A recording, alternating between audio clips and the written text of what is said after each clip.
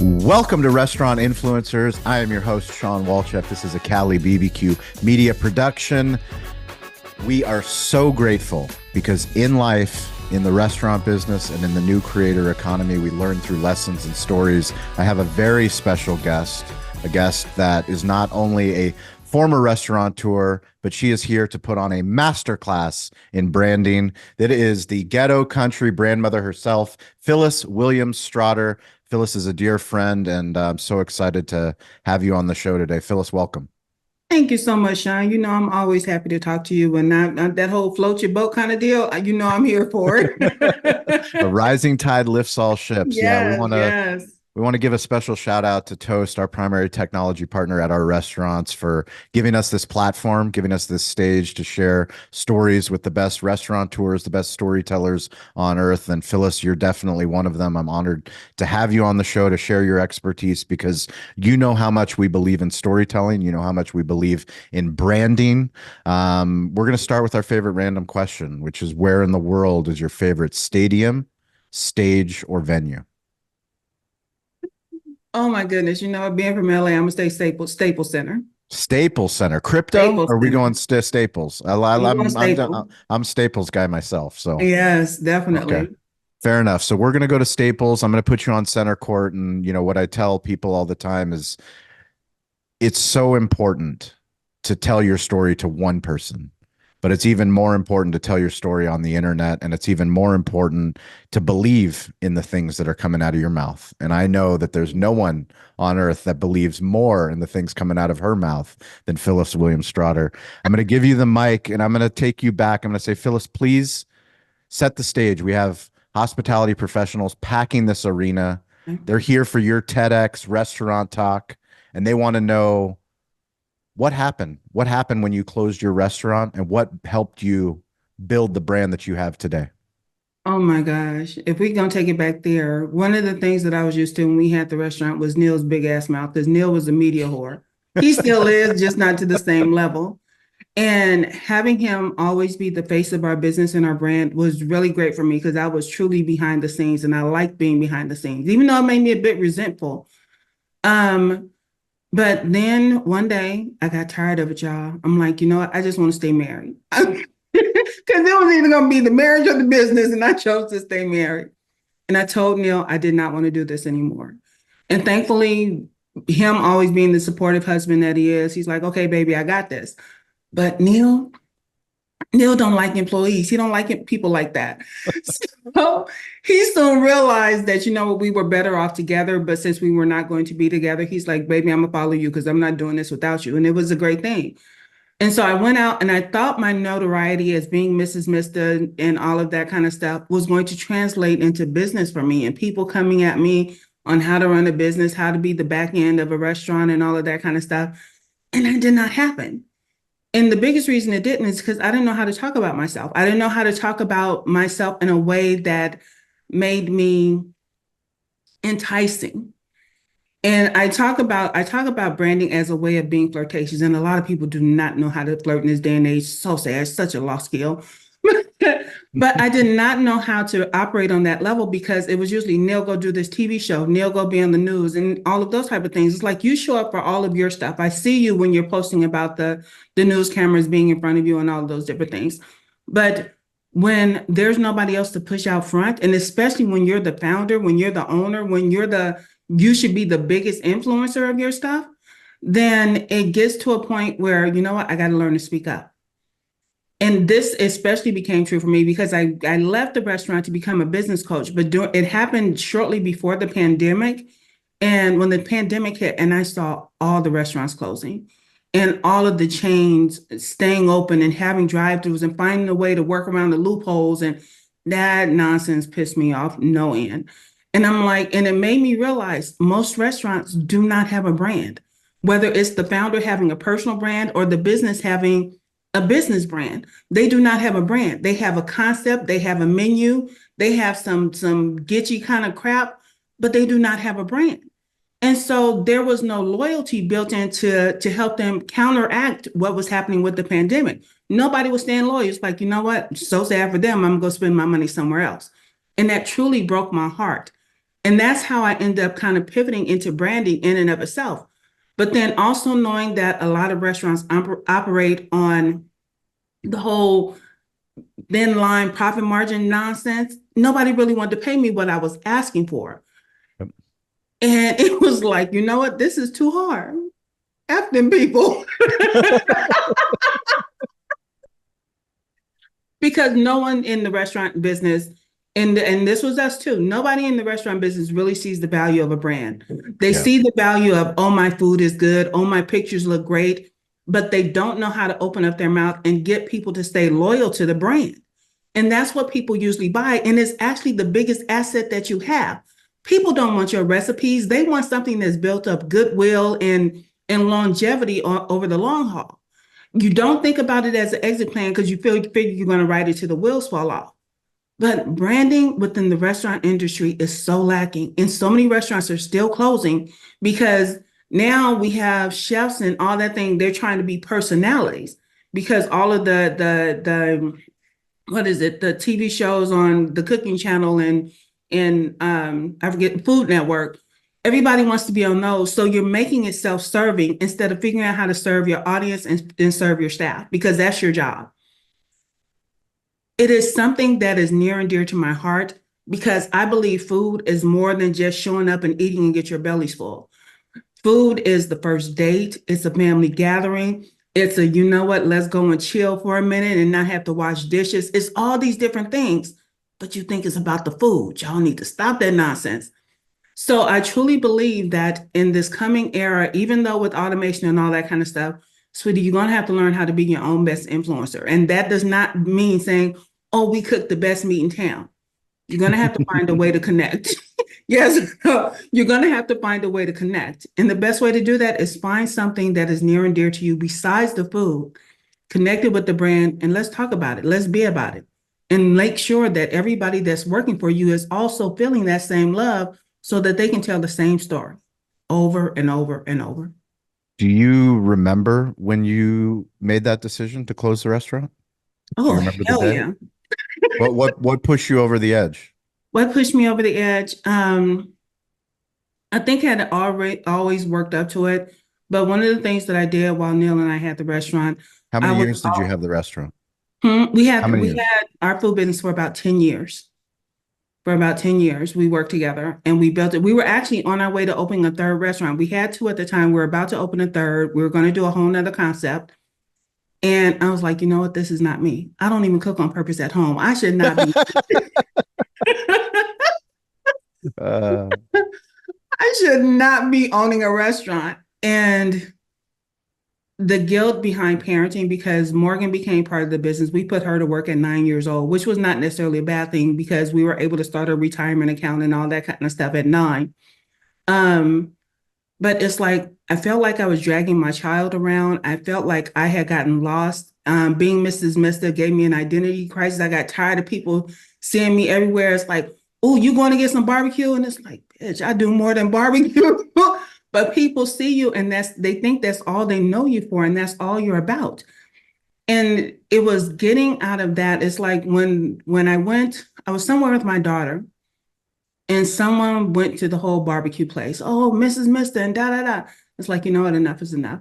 Right now, I'm not Mrs. Mister. I'm Morgan's mom, and you guys don't seem to see that, and you want to infringe on my life with barbecue. I don't even eat barbecue half the time anymore because I'm around it all the time. yeah. So it was that moment in telling Neil, and when Neil finally deciding that he was going to roll with me, I promise you, we had the final discussion. We made the decision in June, sent out a Instagram and all this stuff that our last day was July 3rd.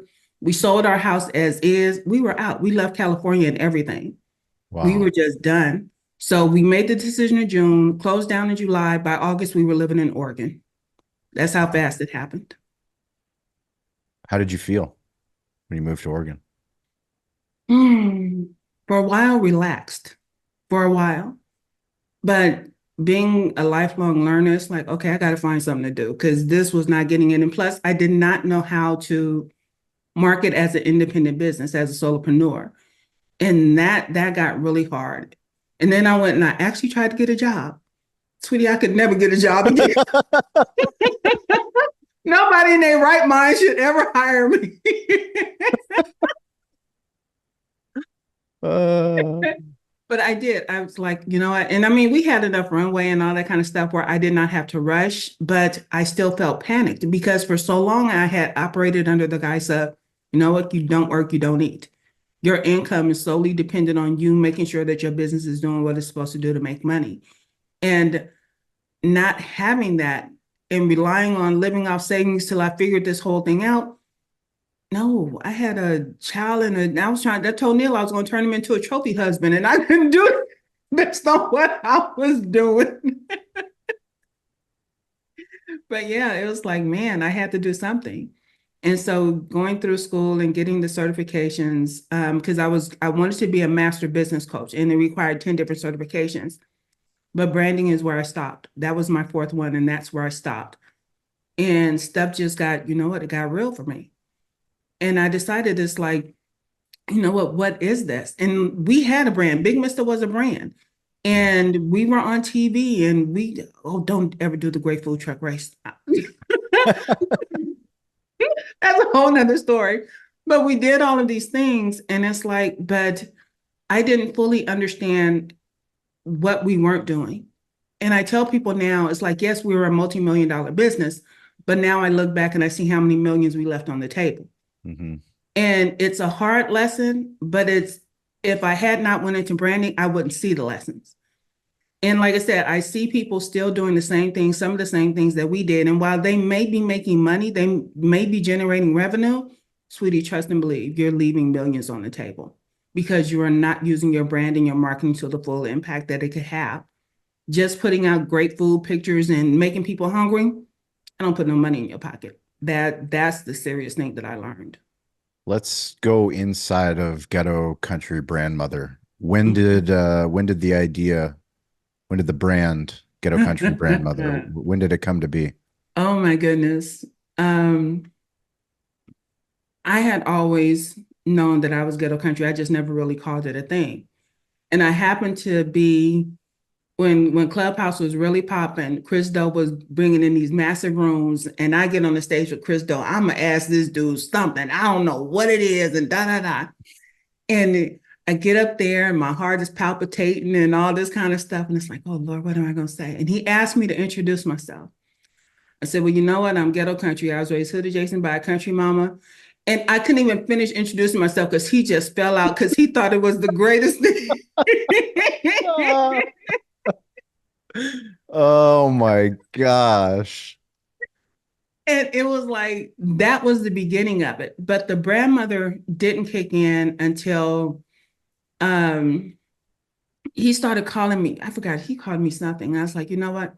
And the thing that I realized, and I actually did something, I was doing a podcast about it this morning, is that I've been a mother my whole life, whether I had kids or not. I've always been a mom. And I act like that in my business because I used to call our employees my barbecue babies. These are my barbecue babies. Eric was in marketing. Juan wanted to go in, Carlos wanted to go into, I think he wanted to go into politics. Cameron wanted to go into fine dining, but these were my babies. And they knew that they could not stay with me. They had to outgrow me. And so it was like, you know what? I had to own it. And if I didn't, I would probably run my business a different way because one of the things that I had to let go of when I discovered branding, I'm not code switching no more, not for nobody. That got old real quick because I went back into my corporate mindset of, you know what, they're only going to hire me if I act this way, talk this way, look this way. And I'm like, this is so not it for me. The code switching that a lot of us think that we have to do in order to make money, I think is in our own minds.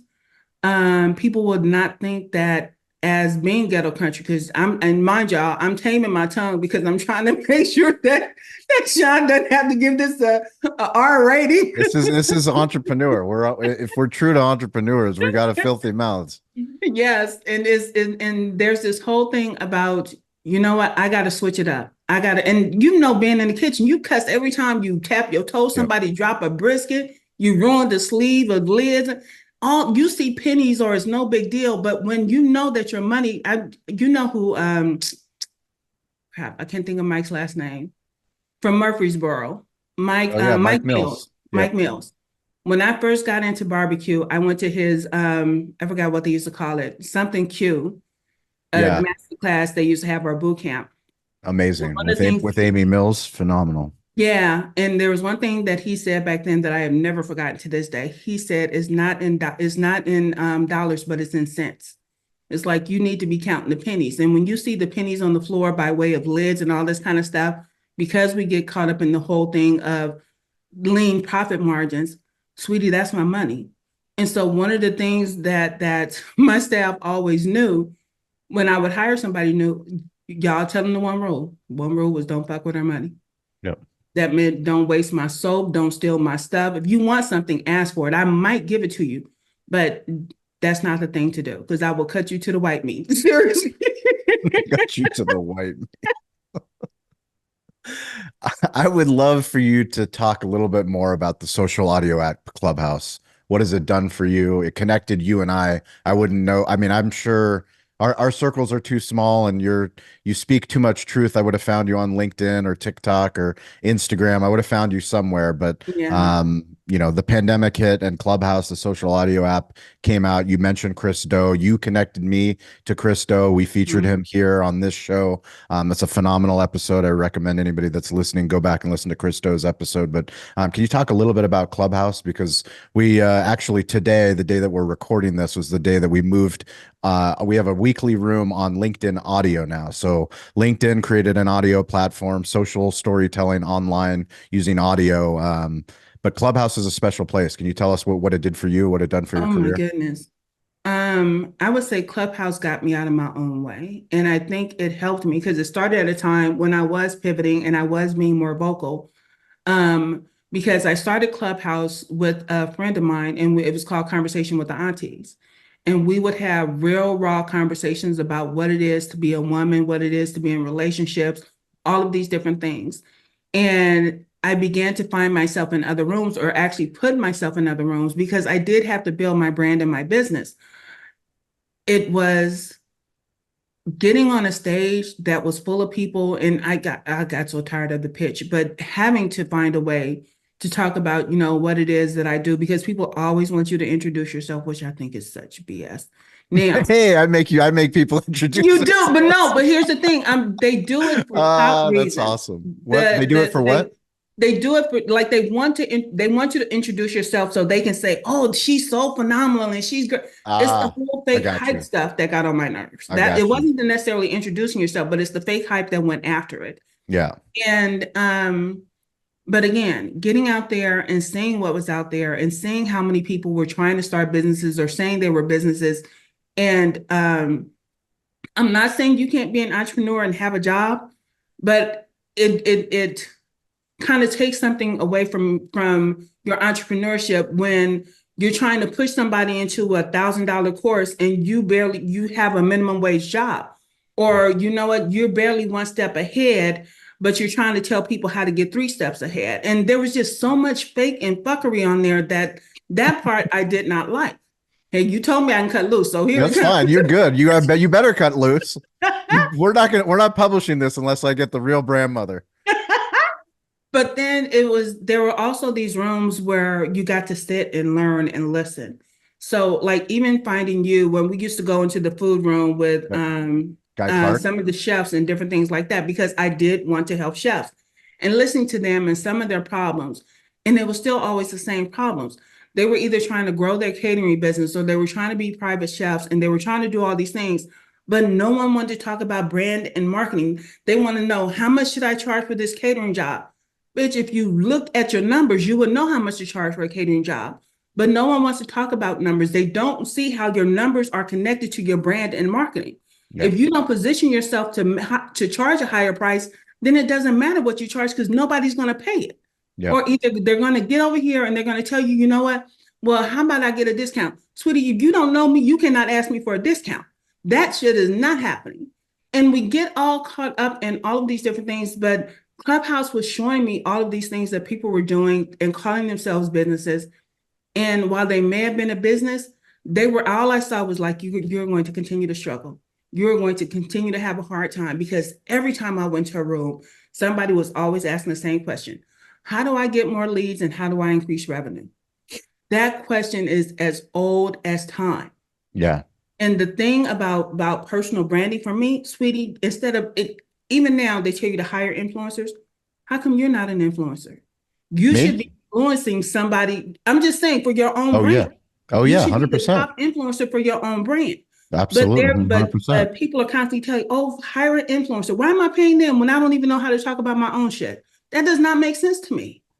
So if I can't talk about it, how am I gonna tell you how to talk about it?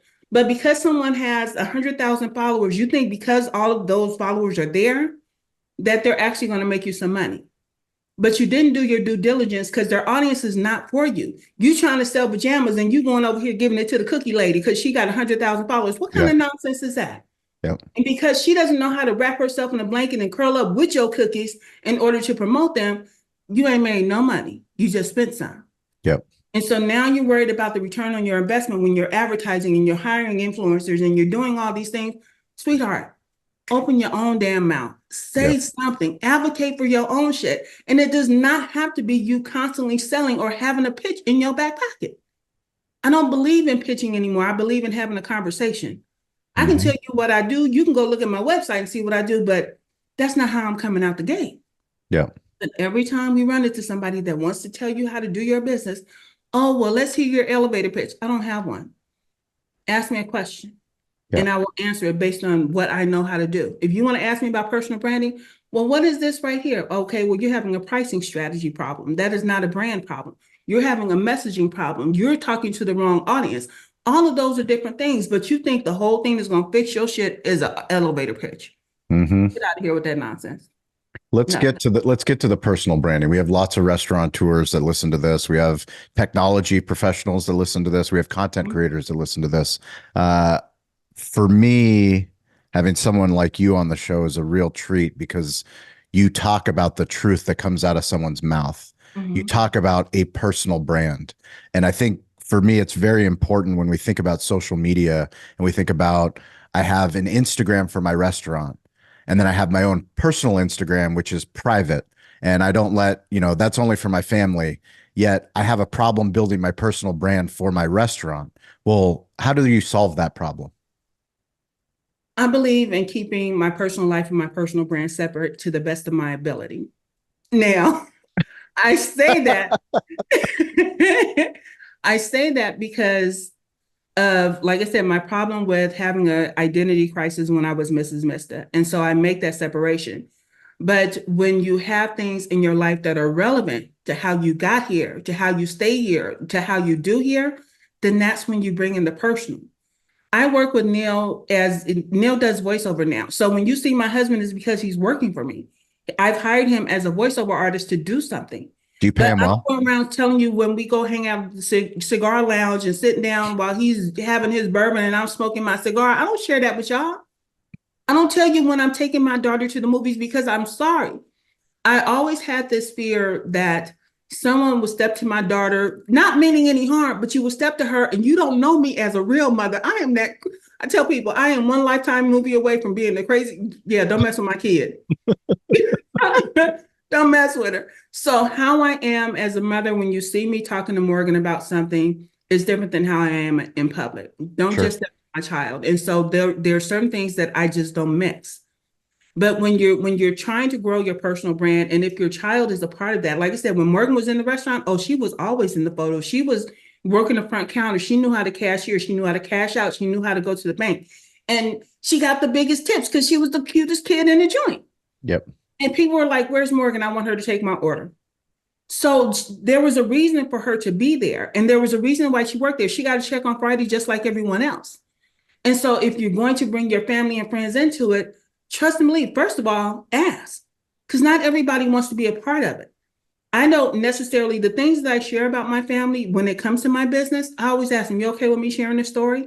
Yeah. I don't just think because it's my life and my story that I get to share it all willy-nilly. But if you're going to incorporate them, then do it in a way that they're okay with it. Don't just tell your kid, oh, well, come on and do this. You probably didn't have this kind of parenting, but we had the parents that one, it was do as I say, not as I do. Yeah. And two, there was do what I told you. Don't ask me no questions. Yeah. So under that, guys, if you have kids that you're going to make them stand in front of the camera and you want them to fix your face right now. Yeah, that's some hostile stuff. You know what I'm Oh talking my about, don't God. you? I do. I know what you're talking about. Fix your face. Yes. Of course. If you're going to blend your personal life and your personal brand, make sure people are clear on the boundaries. Yeah. Because the reason I name my personal brand, I could talk to the Ghetto Country Brandmother. I am that level of crazy. I will talk to her. It's like, yeah, no, this is not your time. This is not your place. Yep. And I also tell people, you know what? Ghetto Country Grandmother is an empathic bitch. Phyllis is a petty bitch. Don't cross over into this land unless you want all of this. Yep. But knowing these different things, knowing where the boundaries are, and I've started terming like what you do as far as your brand with your family and all, is branding out loud, because this is all how I want to bring this to the game. But not everyone wants to do that. But you still have to recognize how you're going to bring your personal brand to the forefront, even if you don't want to share your personal life. Sweetie, personal branding does not mean that you have to put your life on display, but you have to find a way to be comfortable with it, because this is the new currency. Yes. Personal branding is the new currency because people want to know, they want to hear you. And we talk about brand voice and all of these different things and how we do this thing. You want people, when they read shit or when your face decides to go across the street on a bus or something like that, when they see it, they're going to hear you, because audio branding is a thing. And not enough people consider audio branding, because I don't care if they see you or they don't see you, if they're putting you on a podcast or they're putting you on a pedestal, wherever they're putting you, your voice is going to resonate in their head. People, when they read my book, it's like, you know what? When I read your book, I hear your voice all up and through. It's because I talk. Yeah. I talk. And it's all of these different pieces that we need to put together for our personal brands that people don't understand, or they don't want to understand. Oh, I'm just going to show up and just show all my ass and act a zip damn fool and call it a personal brand. Sweetie, that's not how you're going to make your money. Because if you also understand what your sales strategy is, your sales strategy should fit your personal brand strategy, because you got to get people in this funnel. You got to get them through this process. But if you don't understand your sales tactics the way that you know how to do them comfortably, you know what, you have a hard time with the money conversation. Oh, when should I bring up money? When should you not? Yeah. If you understand how you fit, if you're gonna, what is it, farm? What is it? I'm trying to think. Farm, trap, or what's the other one? Farm, trap, or hunt. There you go. Yeah. I If you're gonna remember you farm, telling me that. yeah. If you know your personality does not make you a hunter, then don't go out here trying to be boss hog and tell people how to buy something. If you know that you're more of a trapper, then how are you going to set the trap? Yeah. Because that's going to fit your brand personality and make it easier for you to ask for the money. When you ask, can I cater a job? You know how the pitch is supposed to go. When you ask, can you be on a panel? You know how that's going to go, because currency is all through, up and through, whether it's in marketing, whether it's in money, whether it's in time with someone. There's different types of currency. And how you get out there and you talk about it, how you be about it, sweetie, trust and believe your personal brand is going to be the saving grace, because that is the new currency for 2024. So I've been podcasting since 2017. I've interviewed so many incredible people. Yes. You came on my show. You came on Digital Hospitality sometime during the pandemic, and you said something that I've repeated in clubhouse rooms. I've repeated on stages. I asked you, why do people have a problem? Why do business owners, why do entrepreneurs have a problem with creating content and creating content that actually resonates with an audience? And you said, honey, it's easy. They don't lean into their crazy. What do you Yeah. mean they don't lean into their crazy? Yeah. I believe in owning your crazy. You can lean or you can own it, whichever way you want to do it. But in owning your crazy is saying that, you know what, there's some character flaws here. And it's not that I'm putting on display. I'm not that I'm picking at the scabs of it. But owning your crazy is like, you know what, this is the real part that I want to show on a daily basis. Because sometimes when you're doing business, you're not always in the mood to do business. But if you have that persona, that part of you that knows how to get the job done, then that's what you bring to the personal brand. That level of crazy is what you own. I own Ghetto Country in my brand because, you know what, this is how I get shit done. If I don't do this, if I go back to code switching, it would be a lot harder for me to sell because I'm so worried about what's going to come out of my mouth. Did I use enough $5 words? Am I speaking the language? Am I not being offensive? Sweetie, I'm a walking trigger. I'm sorry. I'm a walking explicit warning. I'm all those things. And so that's the level of crazy I have to own and be comfortable with. There are haters out there. Oh my goodness, they don't like me. Folks like, oh, she don't represent all Black women. You thank God for that. Y'all both full of crazy. Yeah. But if you own the crazy that makes you comfortable and make comfortable enough to make your money, then that's what you need to own. And it does not matter who is, I don't even believe in competition anymore. I believe there are alternatives. People are going to spend money where they want to spend money because I am not at the competition level. I'm not trying to take down Pepsi and Coke and the rest of them. I'm trying to operate over here. And there are 8 billion trillion people, however many people in the world. Yep. And as a solopreneur on this side of the world, if I can't do enough to make my money, then you know what? It does not matter. I'm not competing with you. You can be sitting right next to me doing the same damn thing. I tell Chris, because Chris does personal branding now. He's analytical. I'm empathic. So you're going to go where you want to go. I'm going to spend my money with Chris because he got an Emmy. Fine, go. Yeah. I'm going to spend my money with Liz because she's going to kick me in my ass and tell me the truth. Okay, fine. Come on. Yeah. You get to pick where you spend your money, and that's how you show support. Where you spend your time is how you show support. So trying to sit up here and look at somebody and say, well, I want to do what they do. No, sweetie, you got to own your own level of crazy. Because even though they look good, does not mean that they're making the money that they claim that they're making. People talking about all the dollars they cocking and you know what, show me the receipts. Miss me with the bullshit. Seriously. Seriously.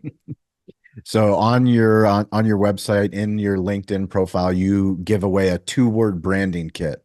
Can you give us a behind the scenes? What is a 2-word branding kit? 2-word branding is about giving it a name.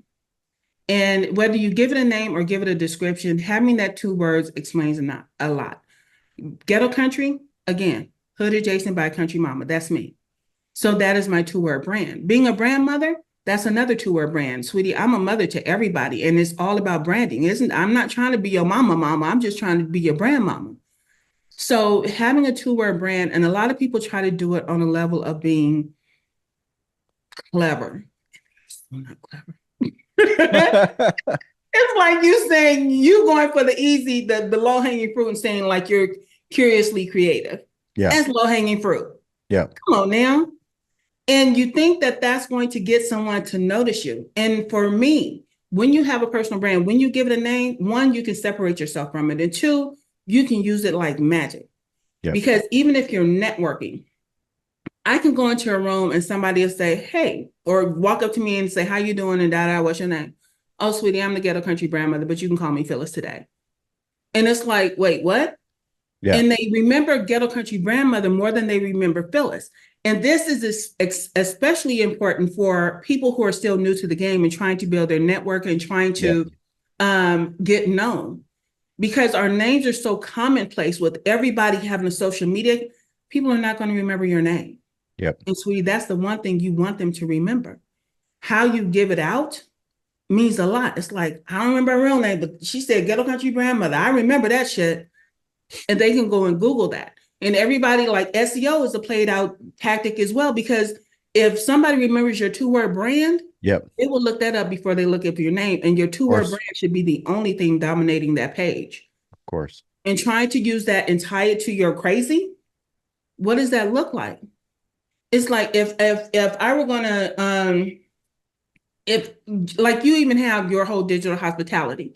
That's right. You being that digital hospitality, that's a 2-word brand. Yeah. Because the name of your company is Cali Barbecue. Yep. But the 2-word brand is, you know what? It's about digital hospitality. And you've tied so much to that in rising tides lift all ships. That's a part of it. Your grandfather saying, be curious and all of that kind of stuff. Yep. That's tied to the 2-word brand of digital hospitality. And there's so many things that now that have become a part of it. It's like you couldn't separate it from the brand if you tried. Yeah. But people, it's like, I may not remember Sean, but I remember digital hospitality. And look at what it's gotten you. It's gotten you on the advisory board of Toast. It's gotten you to speak in front of all of these different crowds. And it's gotten you sought out. And people will look at your social media. Oh, well, he only got 10 or 12 likes. Y'all, Sean be bossing the fuck out. Y'all just don't know. People are coming for him to pay him money to do things because they remember digital hospitality.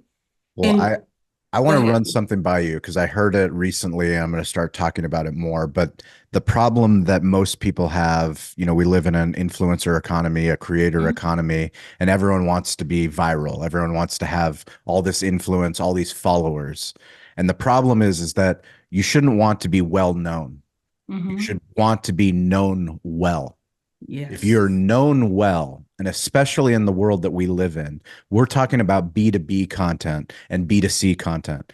But in the B2B content, to your point, those 10 likes, the people that are liking the page, those people have actual influence because they have legitimate business. They have Mhm. legitimate business and they have legitimate buying power. And known well is something that, because of that deep knowledge of who you are and what you do, now they can be a referral source and go out and tell other people, you got to work with Phyllis. Yeah. Why? Because I know her well.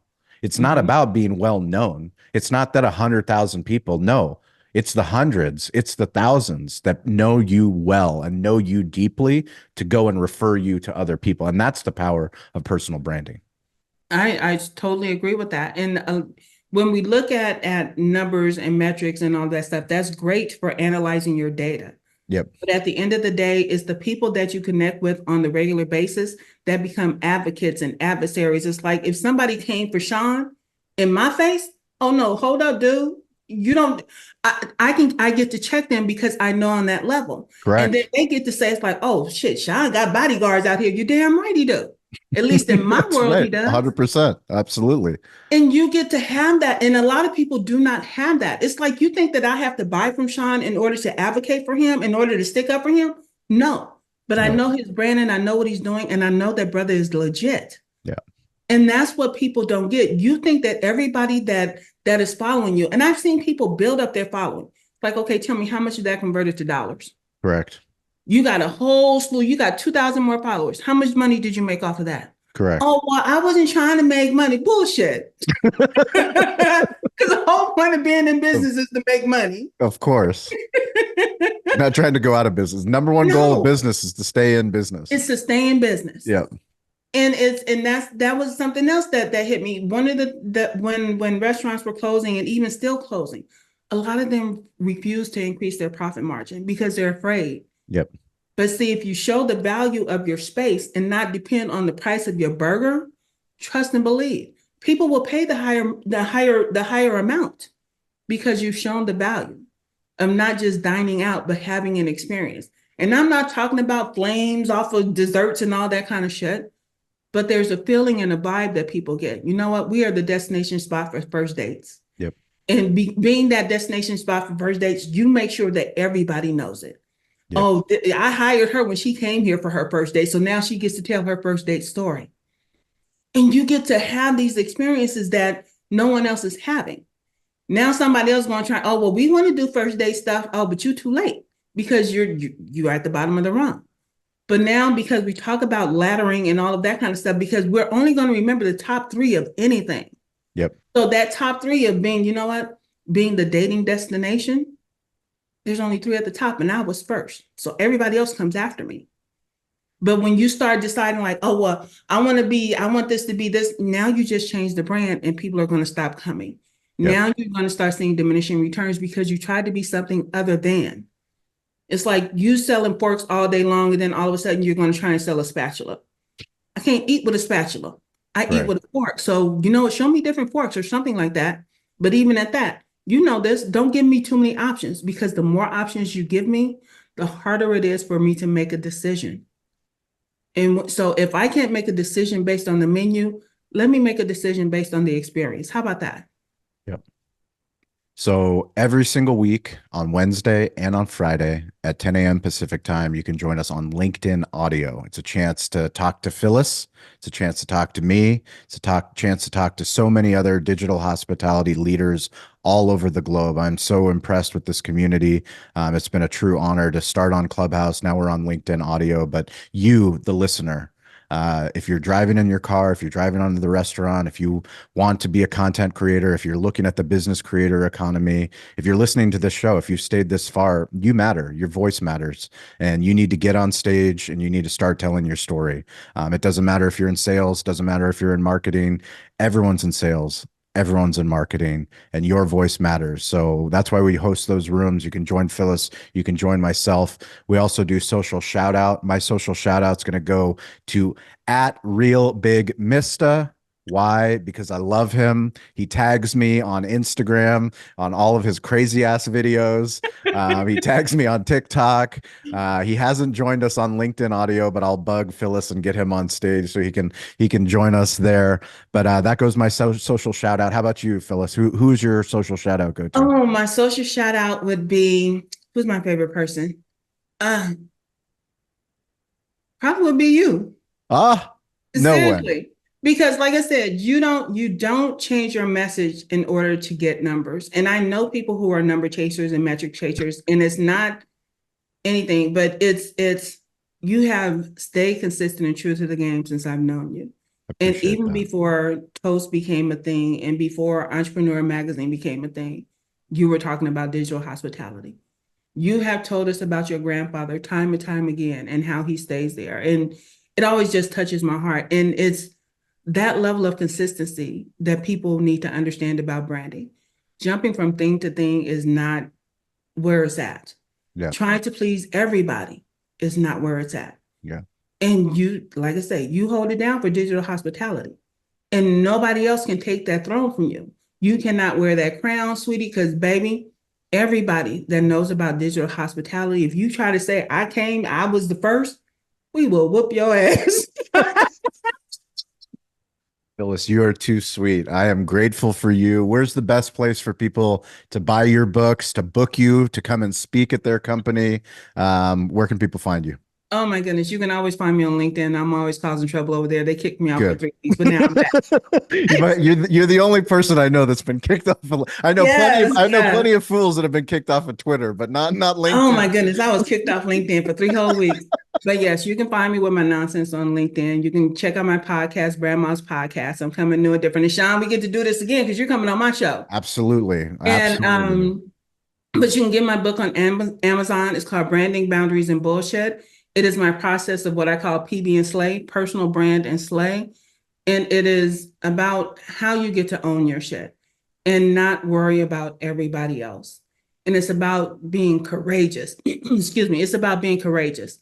People will tell you to be confident. Everybody can't muster up confidence. I'm sorry. I'm not one of those people, but I can damn sure find me some courage to do some shit. Yeah. So it's about being courageous and owning your crazy.